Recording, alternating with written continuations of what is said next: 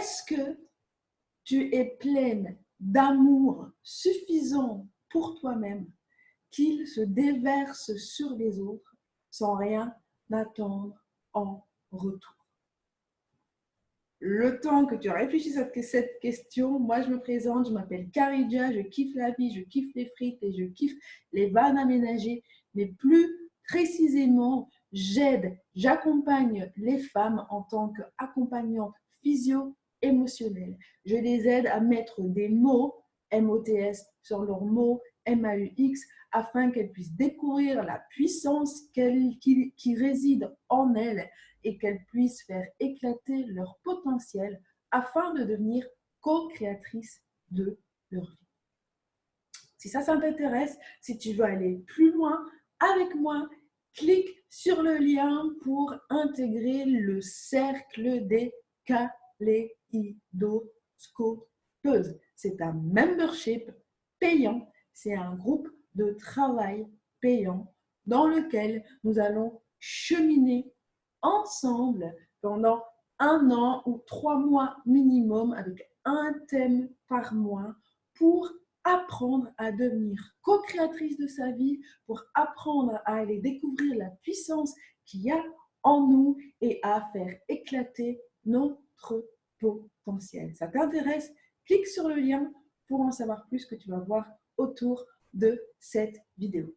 Alors, le thème du jour, c'est est-ce que tu t'aimes suffisamment, est-ce que tu es suffisamment pleine d'amour pour toi-même que cela découle chez les autres et que du coup, tu n'attends rien en retour. De par mon travail, de par mon expérience, je me rends compte que beaucoup d'entre nous font des trucs pour être aimés.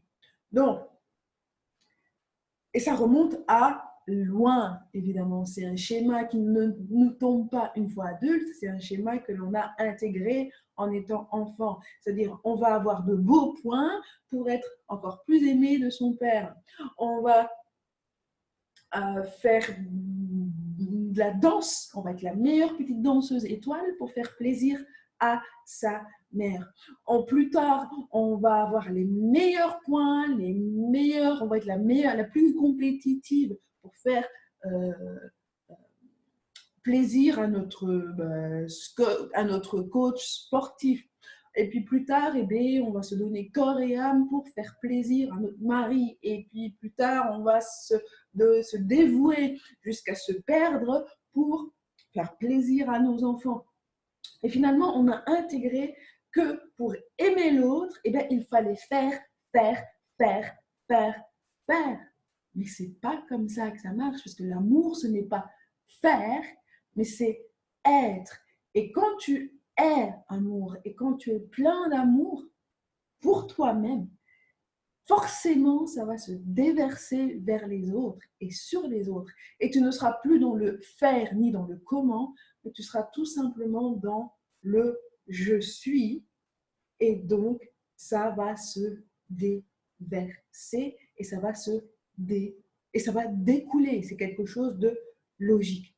Et en général, si on est dans le faire, c'est parce qu'on n'a pas les clés pour s'aimer. On n'a pas appris à s'aimer soi, mais on a appris à s'aimer soi au travers des autres. Mais ça ne marche pas.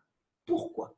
Parce que s'aimer soi au travers des autres, c'est laisser les autres avoir un impact et une influence directe sur nous-mêmes, sur notre confiance en soi, sur notre estime de soi et sur notre capacité ou pas de s'aimer. Laisser à l'autre le pouvoir sur toi par rapport au fait qu'il puisse te dire oui, tu as de la valeur parce que tu fais ça et oui, je t'aime parce que tu as fait ça, c'est se mettre en danger et c'est se mettre en péril.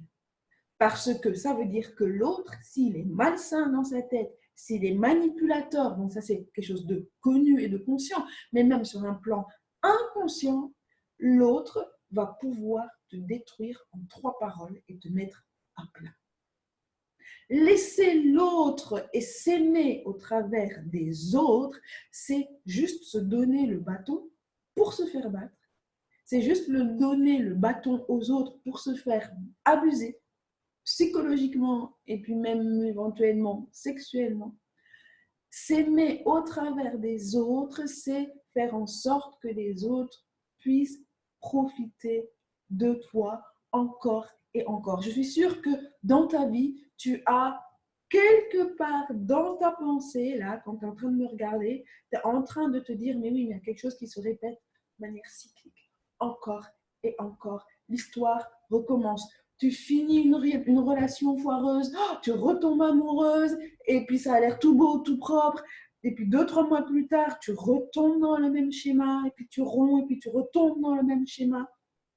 C'est au niveau des relations amoureuses. Pourquoi? Parce que c'est là que ça se manifeste réellement. On va prendre un autre exemple. Tu changes de boulot encore et encore et encore parce que la raison principale, c'est oh, je n'entends pas avec le collègue, oh, le patron, il exagérait, le patron, il exagérait, le patron, il exagérait. Est-ce que ça, je vois que ça te parle. Mais ça n'a rien à voir avec ce qui se passe maintenant et actuellement. Mais c'est un schéma que toi, tu as intégré en toi depuis que tu es haute comme 3 pommes.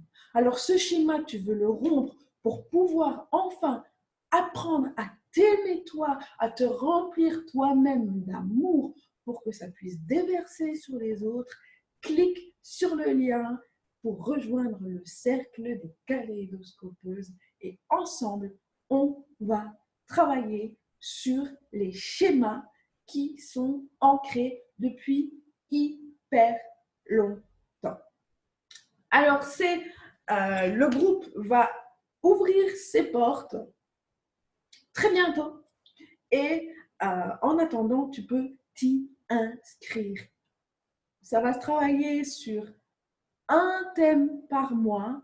Donc, il va y avoir 12 thèmes. Donc, idéalement, il faut rester l'année, mais ça peut être 3 mois minimum. Donc, tu auras 3 thèmes sur lesquels tu auras eu l'occasion de travailler. Et ensemble, on va cheminer.